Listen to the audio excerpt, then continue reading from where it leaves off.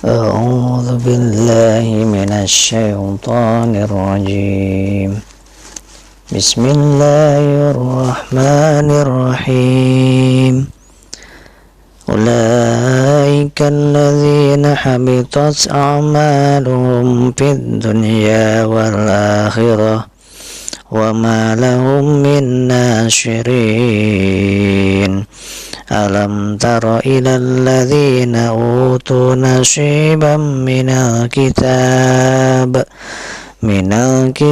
يدعون إلى كتاب الله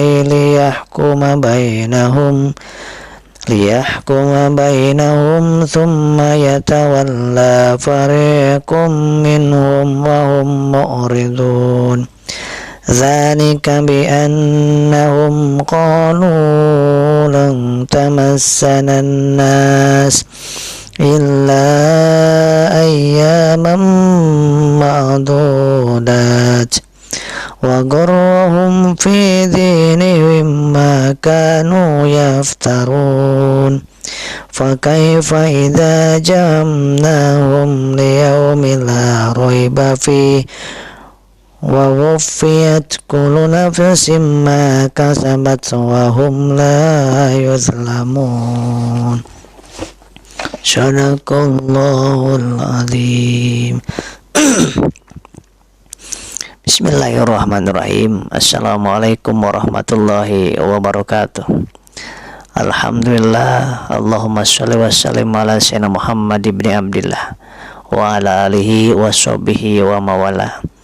Asyhadu an la ilaha illallah wahdahu la syarikalah wa asyhadu anna Muhammadan abduhu wa rasuluhu la nabiyya ba'dah.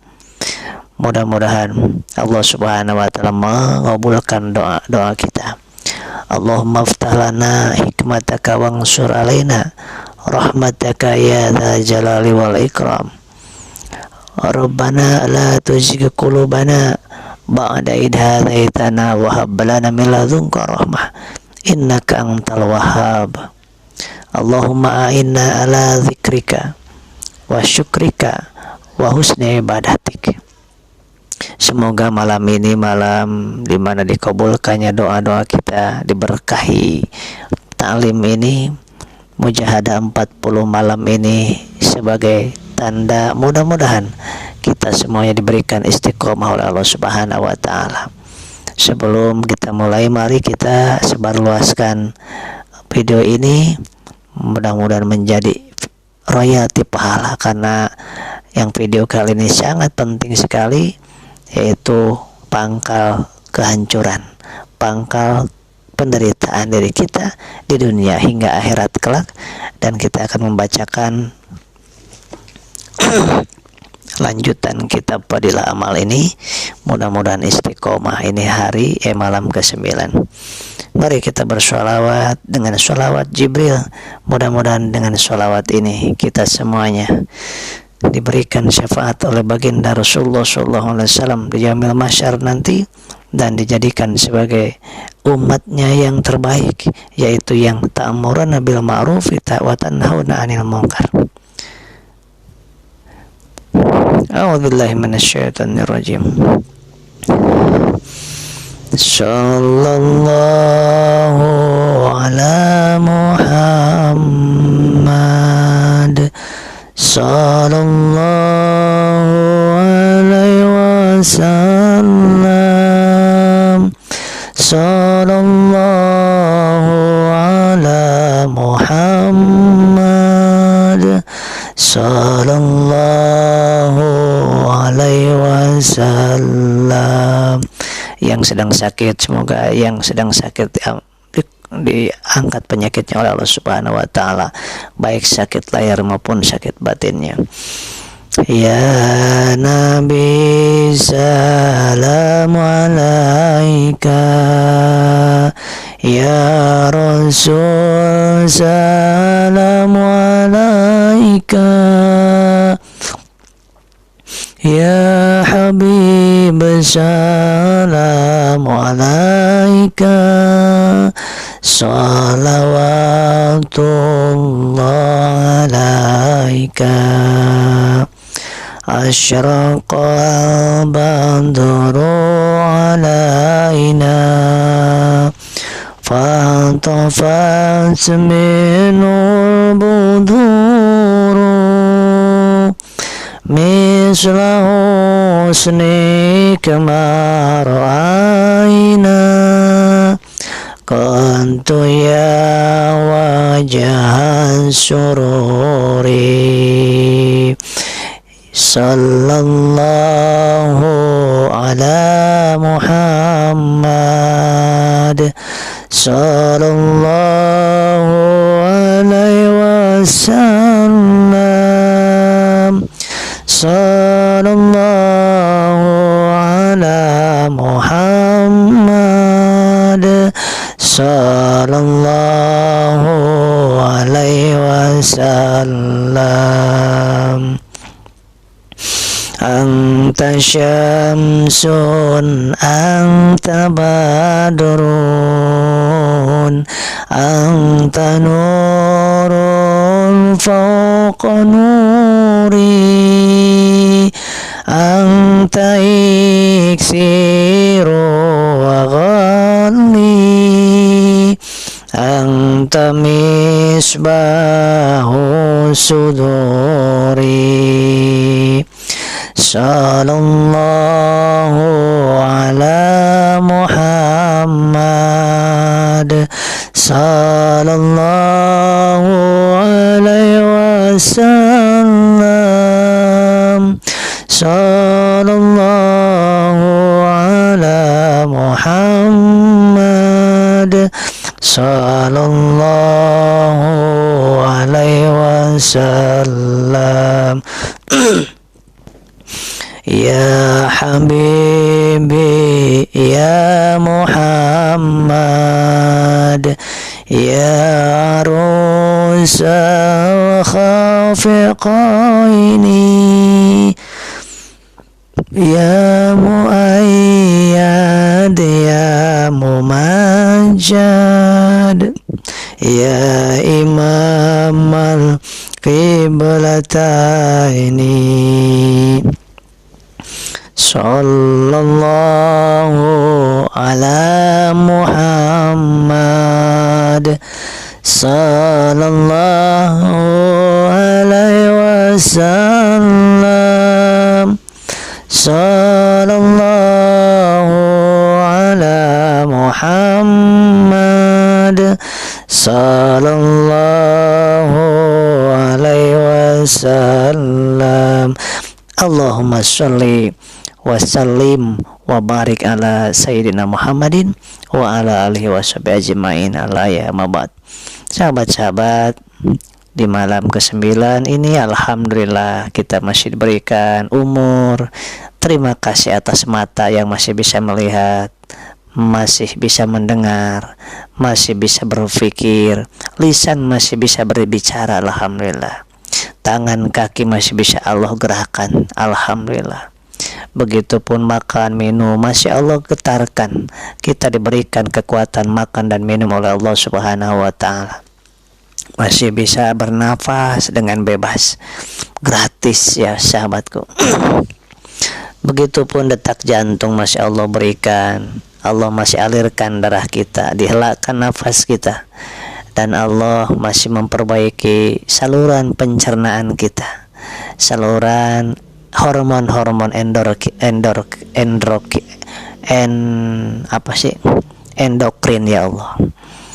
Nah, alhamdulillah di malam hari ini mudah-mudahan malam di mana kita diberikan kemuliaan dunia dan akhirat kita, dan diberikan oleh Allah Subhanahu wa ta'ala nikmat yang paling besar yang tidak boleh mudah-mudahan Allah kembali ambil lagi, yaitu nikmat hidayah, nikmat iman, nikmat keyakinan kepada Allah. Nikmat Islam ini adalah nikmat yang terbesar bagi kita sebagai hambanya Allah Subhanahu wa ta'ala. Karena sangat rugi, celaka kita diberikan hidup oleh Allah tapi tidak berhasil untuk mendapatkan hidayah dari Allah Subhanahu wa ta'ala. Karena hidayah itu tidak mendatangi kita dengan sendirinya, tapi hidayah itu kita cari, sahabatku. Hidayah itu kita cari. Allah akan memberikan hidayah kepada siapa saja yang mencarinya. Kita mengejar Allah satu jengkal, Allah mengejar kita satu depa. Kita mengejar Allah dalam kondisi jalan, Allah mendekati kita dalam kondisi berlari. La haula wala quwata illa billah. La ilaha illallah. Terima kasih atas doa-doa yang sahabat-sahabat panjatkan, yang tidak bisa sebutkan satu persatu, sehingga alhamdulillah sampai detik ini masih diberikan oleh Allah kekuatan iman Islam, diberikan masih bisa makan, minum, dan lain sebagainya. Sahabat-sahabat, di dalam sebuah hadis diriwayatkan oleh Abu Hurairah, Rasulullah SAW bersabda bahwa kalian apakah tahu apa itu dinamakan muflis? Muflis. Para sahabat ada yang berkata, muflis itu ya Rasul, bangkrut. Apa artinya bangkrut menurut kalian? Bangkrut itu adalah orang yang tidak punya uang, tidak punya harta dunia, tidak punya uang, tidak punya harta kekayaan. Itu yang dinamakan dengan muflis atau bangkrut. Kemudian Rasulullah SAW menyatakan, bukan itu.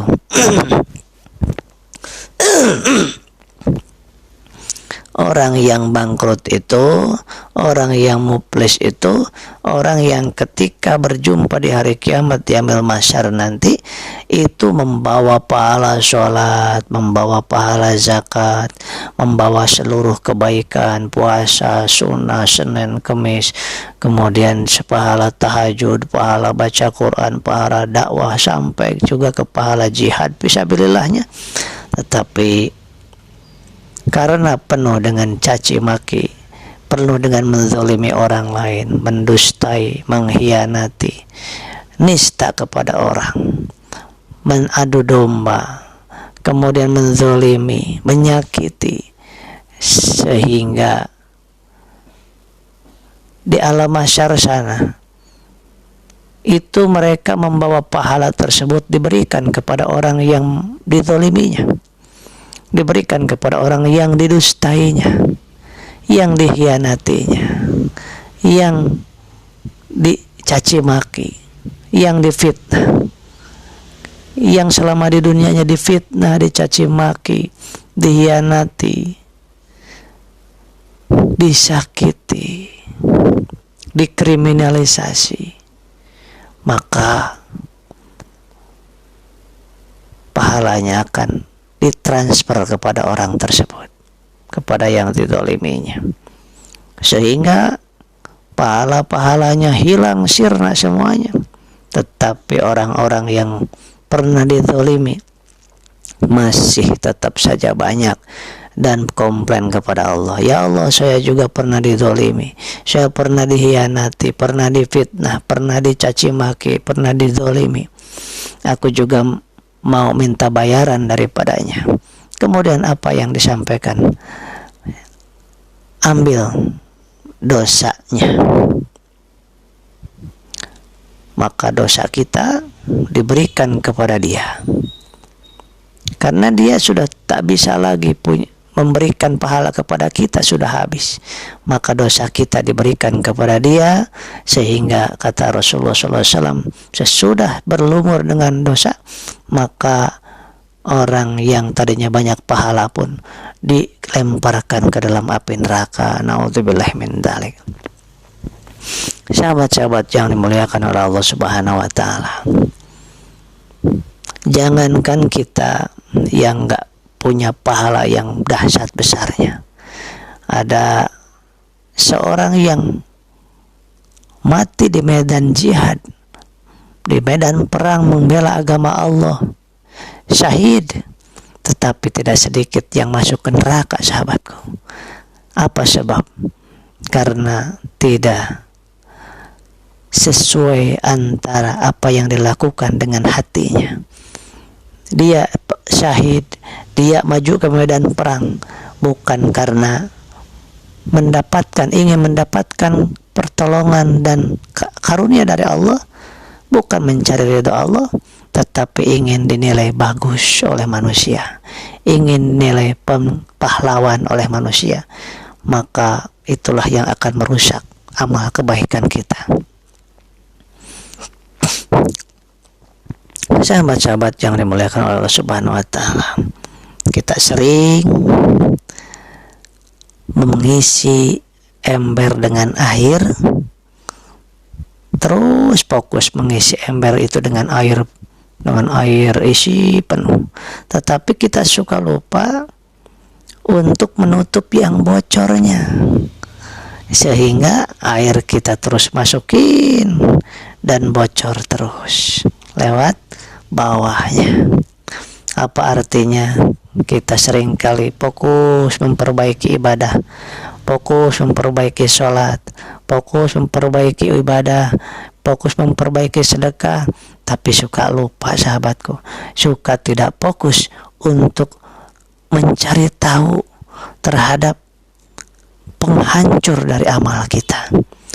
Penghancur dari amal kita adanya di kolbu kita, sahabatku. Rasa ria, merasa diri sudah rajin tahajud, kemudian meremehkan orang lain, merasa diri udah banyak berdakwah, kemudian mengejek orang lain, menganggap dirinya sudah banyak sedekah, menganggap dirinya sudah banyak sholat taubat, menganggap dirinya ahli zikir, menganggap dirinya terus berjihad, padahal ada sesuatu yang akan merusak batin kita dan amal kita nyaris tidak ada apa-apanya di hadapan Allah Subhanahu wa taala. Maka dari itu tidak heran andai kata ada sebuah riwayat 70 tahun orang tiada henti beramal soleh, 70 tahun siang dan malam, ketika ditimbang oleh Allah Subhanahu wa taala, masukkan dia ke surga dengan rahmatku, maka hamba itu komplain kepada Allah, ya Allah, saya beribadah 70 tahun ya Allah, tidak pernah berhenti, supaya aku dimasukkan ke surgamu dengan amal-amalku, tetapi kenapa aku dimasukkan kepada surgamu dengan rahmatmu? Baik, kata Allah, timbang. Sesudah ditimbang oleh malaikat, maka ibadah yang luar biasa 70 tahun tidak pernah berhenti itu, sesudah ditimbang tidak mencukupi untuk mensyukuri sebelah mata nikmat dari Allah saja. Masya Allah, la ilaha illallah. Maka dari itu tidak ada boleh ujub kita. Pada saat kita sudah melakukan kebaikan amal soleh, belum tentu diterima oleh Allah Subhanahu wa taala kalau niatnya ada ujub, riya, takabur. Nah, di dalam kitab Fadilah Amal ini dijelaskan bahwa pangkal ataupun akar dari penderitaan manusia, kedalangsaan manusia di dunia ini, yang membuat disiksa di akhirat, yang membuat disiksa di alam barzah, yang membuat kita dimasukkan ke neraka, naudzubillah min dzalik, adalah bukan penyakit lahiriah, sahabatku. Kalau penyakit lahiriah itu tidak ada, akan ditanya, kamu penyakit diabetes enggak? Malaikat enggak bakal bertanya, kamu penyakit kanker, tidak. Malaikat tidak akan pernah bertanya, kamu pernah penyakit corona, tidak. Engkau punya penyakit tipes, tidak. Engkau punya penyakit stroke enggak, hipertensi, dan lain sebagainya. Tidak akan pernah ditanya, sahabatku. Karena penyakit lahir ini, penyakit lahiriah ini hanya berujung dengan kematian. Mau disembuhkan, mau diobatin, mau tidak, tetap berujung dengan kematian penyakit lahir ini. Tetapi penyakit batin kita ini, penyakit hati kita ini, itu berujungnya di dunianya nelangsa, di alam barzah disiksa, di akhirat masuk neraka. Naudzubillah min dzalik. Contoh, ada seorang pasien itu sakit keras, tadinya gagah perkasa, kemudian datang ke dokter. Kata dokter, tolong Pak, Bapak harus dicek darah. Siap. Tolong Bapak harus di EKG. Baik. Manut banget, manut. Emang sakit penyakit apa sih dok? Ini ada gejala ke stroke, ini ada gejala ke lambung, ini ada gejala ke jantung. Oh siapa dok? Apalagi yang nggak boleh dilakukan? Nggak boleh olahraga ya, siap. Manut. Nggak boleh olahraga, siap. Nggak boleh kemana-mana dulu, baik. Harus istirahat ya, bed rest, siap. Ini obatnya apa dok? Ini obatnya diminum, ini. Baik, siap. Ini harus dicek urin, feses, siap, dicek. Habis uang puluhan juta. Sesudah itu apa yang dirasakan? Udah habis puluhan juta, sesudah itu beliau merenung. Ya Allah, padahal ini saya sudah habis puluhan juta, belum ada perkembangan ya Allah. Tapi ternyata Allah Subhanahu wa Ta'ala menyiapkan hati pada saat sedang sakit itu adalah kondisi yang sangat bagus, momentum yang sangat bagus untuk memperbaiki hati kita. Karena penyakit lahir ini beda dengan penyakit hati, sahabat. Kalau penyakit lahir ya, ketika dokter memvonis, senang. Bahkan nyari-nyari dokter yang pintar memvonis. Wah, dokter ini nggak bisa memvonis. Sini, dok sakit apa saya? Lambung. Oh salah, datang lagi ke dokter dok saya penyakit apa?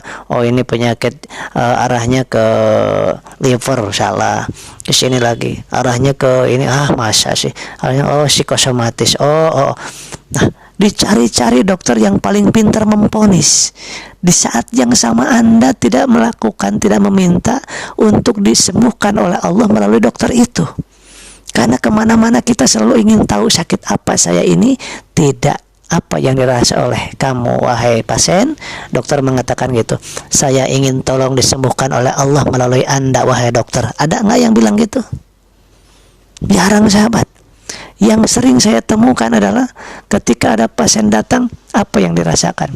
Ini, apa yang ingin Anda inginkan? Saya ingin tahu sakit apa ini.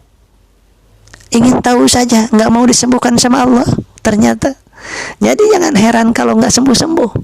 Karena selama ini suka salah minta. Datang ke dokter, datang ke tabib, datang ke ahli terapi, itu untuk ingin tahu sakit apa ini. Apa? Sudah lama saya tidak tahu ini. Yang pertama, yang kedua, salah yang kedua. Ingin apa lagi sih sudah kalau ingin udah tahu? Ya ingin dikasih obat deh. Dua doang Pak Bu. Dua doang yang mereka datang ke sebuah klinik, ke rumah sakit itu cuman dua yang diminta. Ingin tahu penyakitnya apa? Makanya puluhan juta dihabiskan untuk mencek ini, cek darah, cek ini, cek ini, cek EKG. Wah, habis. Kenapa?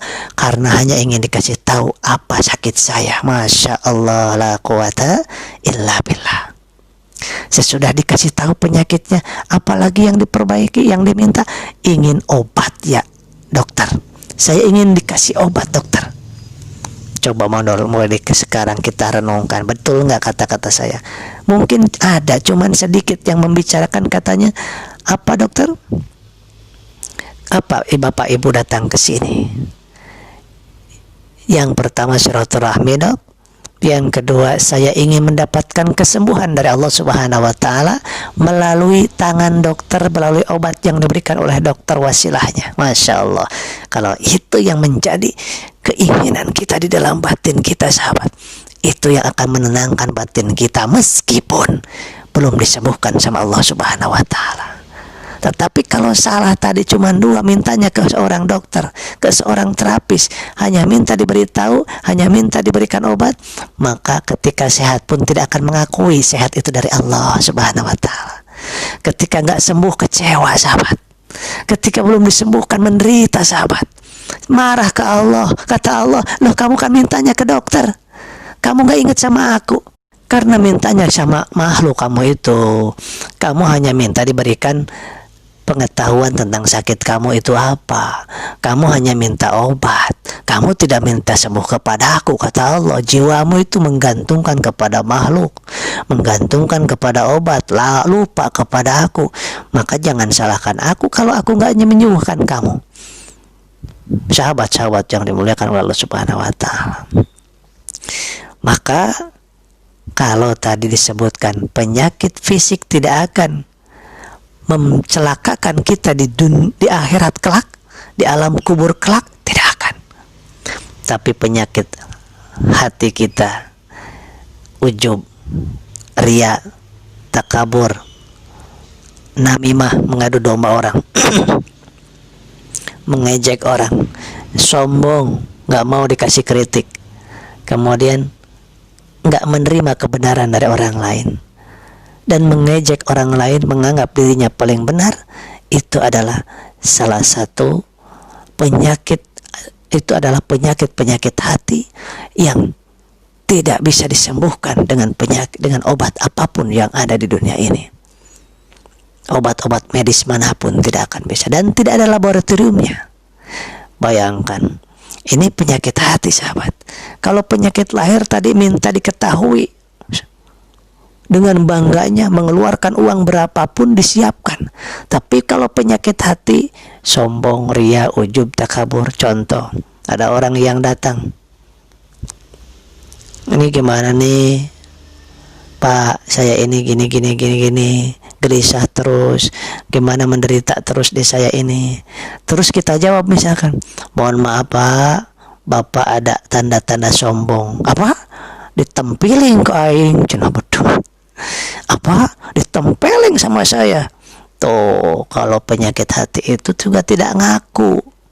Ada yang monis juga langsung marah, sahabat. Padahal ini penyakit hati ini yang akan mensengsarakan di dunia, di barzah, dan di alam mahsyar nanti, serta di akhirat nanti. Tetapi itulah si setan, si iblis laknatullah alaih, membuat hijab dalam hati kita, seakan-akan kita orang yang bersih dari riya, dari riya, ujub, takabur, menganggap diri orang hebat, menganggap diri orang yang sangat-sangat luar biasa dibandingkan orang lain. Ini disengaja oleh iblis supaya tersimpan di dalam dada kita, di dalam hati kita penyakit-penyakit tersebut, sehingga akan menghilangkan rasa dekat dengan Allah Subhanahu wa taala. Maka dari itu, sahabat-sahabat, sekarang tanya kepada diri kita, sudah berapa banyak uang, pikiran, tenaga yang kita habiskan untuk melaboratorium penyakit hati? Dan laboratorium penyakit hati adalah ternyata saat kita terjepit dalam hidup. Itu laboratorium penyakit hati, sahabat. Saat kita sedang diuji dengan penyakit, itu adalah laboratorium untuk memperbaiki, mendeteksi penyakit hati kita, dan sekaligus memperbaiki hati kita. Yang ketiga, saat kita dizalimi oleh orang, itu laboratorium kita dan sekaligus untuk memperbaiki diri kita. Yang keempat, pada saat kita dicaci, dihina, difitnah oleh orang, pada saat kita sedang digonjang-ganjing masalah rumah tangga, pada saat kita sedang dirubuhkan itu bisnis kita, ekonomi kita, saat itu laboratorium yang Allah berikan kepada kita, karena Allah sayang kepada kita. Sekali lagi, penyakit lahir kita diobatin walaupun tidak diobatin, tetap ujungnya kematian. Tetapi penyakit ruh, penyakit hati, itu tidak sampai berujung pada saat kematian, tetapi dipertanggungjawaban di alam barzah, alam mahsyar, dan surga atau neraka, sahabatku.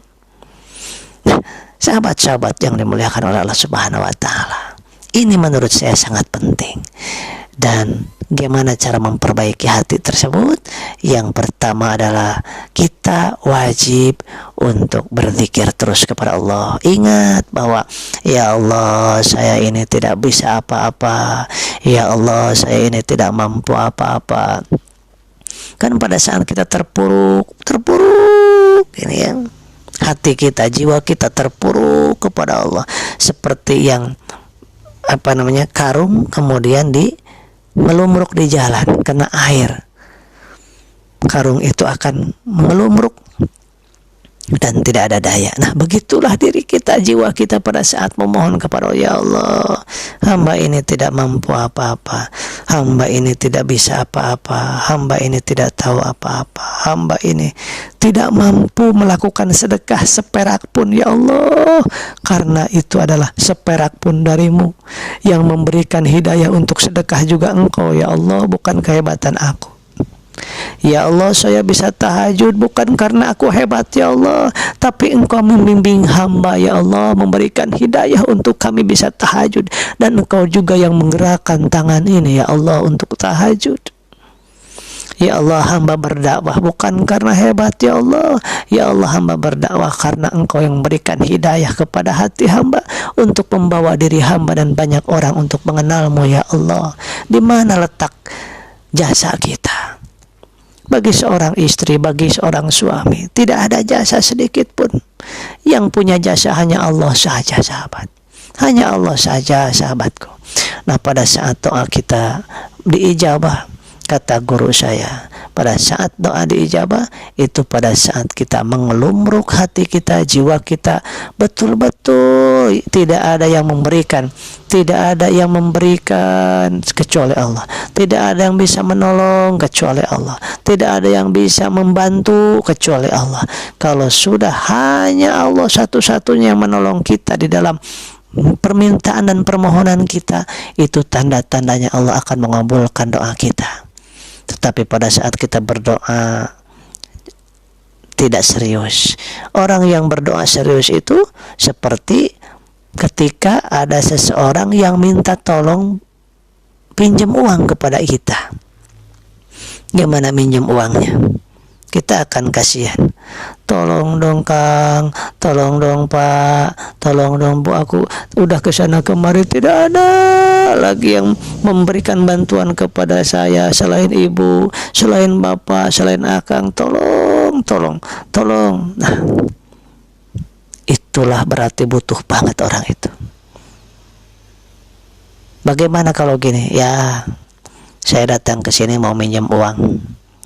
Kalau misalkan mau diberi ya syukur, nggak diberi juga nggak apa-apa, nggak butuh dia. Nah, Allah juga melihat gitu ke kita. Tapi kadang-kadang kita berdoa tidak cocok dengan apa sikap kita, tidak cocok dengan hati kita. Kita memohon betul-betul kepada Allah, tetapi hati kita merasa pintar, merasa punya strategi, merasa punya pengalaman. Kita minta disukseskan dalam dunia dan akhirat. Kita minta disukseskan dalam bisnis. Kita minta disukseskan dalam membina rumah tangga. Tetapi kita dalam hati kita mengandalkan ilmu kita, mengandalkan strategi kita, mengandalkan teori-teori kita, mengandalkan pengalaman kita, mengandalkan orang lain, mengandalkan makhluk lain, mengandalkan uang. Maka kita mohon kepada Allah pun tidak didengar, tidak cocok soalnya. Seperti orang yang minjem uang tadi tapi asal-asalan ngomongnya, tangannya sambil gini, tolak pinggang, pinjam uang kepada kita, ngomongnya ketus. Gimana? Mau ngasih pinjam nggak? Saya ini butuh uang nih sekarang. Kalau enggak ya nggak apa-apa. Dikasih nggak kira-kira? Mungkin diusir kita sama kita, sahabat. Subhanallah walhamdulillah wala ilaha illallah huwallahu akbar. Dan diijabkan, ud'uni astajib lakum, berdoalah kepadaku pasti akan aku kabulkan. Niscaya 3 hal. Yang pertama, sesuai dengan keinginan kita, tunai, sesuai persis dengan yang kita inginkan. Yang kedua, digantikan dengan yang lebih baik menurut Allah buat dunia akhirat kita, karena kita tidak tahu itu yang terbaik. Wa asa an takrahu syai'a wa huwa khairul lakum wa asa an tuhibbu syai'a wa huwa khairul lakum. Bisa jadi yang menurut kita baik padahal buruk bagi kita menurut Allah. Bisa jadi menurut kita buruk tapi bisa jadi menurut Allah baik buat kita. Wallahu ya'lamu wa antum la ta'lamun. Yang kedua, yang ketiga, doa kita diijabah adalah jadikan sebagai ladang pahala, celengan pahala, cemplung. Memang sih tidak diijabah di sini, tetapi dijadikan pahala, itu pun diijabah. Jadi ud'uni astajib lakum, berdoalah niscaya akan aku kabulkan, kata Allah Subhanahu wa taala. Sahabat-sahabat yang dimuliakan oleh Allah Subhanahu wa taala, mudah-mudahan kita semuanya termasuk golongan orang-orang yang diijabah doa-doanya, doa-doa yang baik-baik saja. Karena kalau doa yang buruk diijabah bahaya juga, sahabat. Doa yang baik menurut Allah yang mana? Yang menurut Allah baik adalah yang cocok buat kita, dunia akhirat kita. Karena belum tentu kalau kita diberikan uang 1 miliar saat ini 101 miliar, belum tentu kita ini baik. Bisa jadi kita kurang ajar kepada Allah. Dan belum tentu kalau kita minta sembuh sekarang Allah sembuhkan, kita semakin baik kepada Allahnya. Tapi karena Allah tahu kalau kita diberikan sakit, itu semakin dekat ke Allahnya, semakin dekat dengan sholawatnya, semakin dekat dengan istighfarnya, semakin banyak nangisnya dalam memohon ampun kepada Allah, semakin ingat kepada orang tua, semakin ingat kepada istri atau suami, semakin ingat kepada anak-anak kita. Disitulah Allah sayang kepada kita, sahabatku. Jadi belum disembuhkannya penyakit kita, tapi terus kita harus berobat, ikhtiar, doa, maksimalkan. Tetapi kita dalam prosesnya kita harus menikmati bahwa itu adalah keanugerahan dari Allah Subhanahu wa taala. Menawa Allah tersebut itu ingin banget kita semakin bersih hati kita dari penyakit hati tadi, yang akan menyengsarakan di dunia, di barzah, dan di neraka, di akhirat. Nah, ini dia sahabat-sahabat. Mudah-mudahan kita semuanya sekali lagi diberikan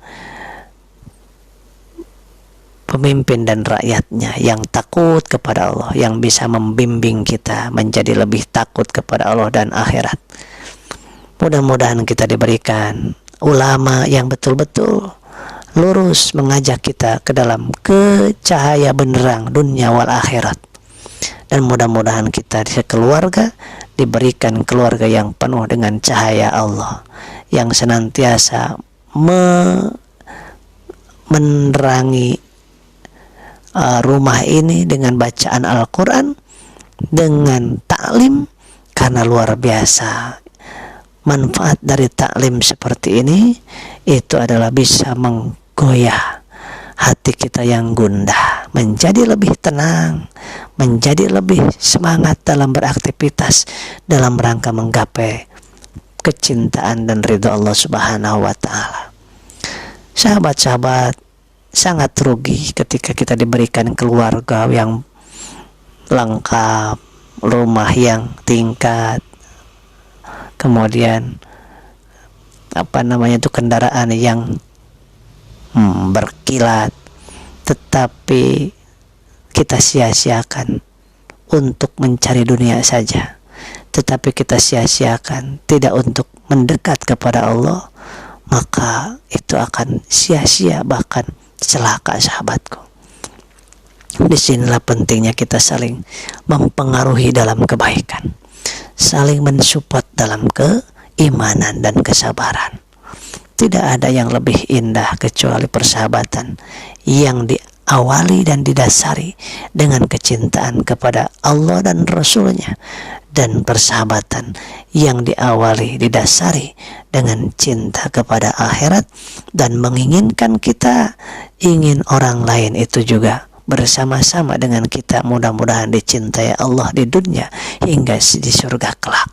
Kita doakan kita orang yang sedang sakit, kita doakan orang tua kita yang sedang sakit, kita doakan sahabat-sahabat kita yang sedang sakit, siapapun yang sedang sakit, dan yang terutama khususon mudah-mudahan di Indonesia ini dilindungi oleh Allah Subhanahu wa taala dari siapapun yang zalim, yang menzalimi orang orang banyak. Karena orang yang menzalimi orang banyak itu akan dibuat sengsara oleh Allah, tidak akan pernah tenang hidupnya, tidak akan pernah jiwanya itu tentram, dan senantiasa akan merasa tersiksa pagi, siang, sore, malamnya, meskipun kelihatannya bergelimang harta. Tetapi kalau menzalimi orang lain, jangankan banyak orang, ribuan jutaan, menzalimi satu orang saja sudah tidak akan mungkin diberikan ketenangan hatinya. Nah, mudah-mudahan kita mohon kepada Allah, hatinya digalirkan sama Allah menjadi orang-orang yang taat, kemudian takut, tunduk kepada Allah Subhanahu wa ta'ala, dan mengajak kita sebagai umatnya mengajak kepada Allah Subhanahu wa ta'ala. Amin ya Allah ya Rabbal alamin. Al-Fatihah. A'udzu billahi minasy syaithanir rajim. Bismillahirrahmanirrahim. Alhamdulillahi rabbil alamin. Ar-Rahmanir Rahim. Maliki yaumiddin. Iyyaka na'budu wa iyyaka nasta'in. Ihdinas siratal mustaqim. Siratal ladzina an'amta 'alaihim ghairil maghdubi 'alaihim waladdallin. Amin. Shadaqallahul adzim. Demikian sahabat. Assalamualaikum warahmatullahi wabarakatuh.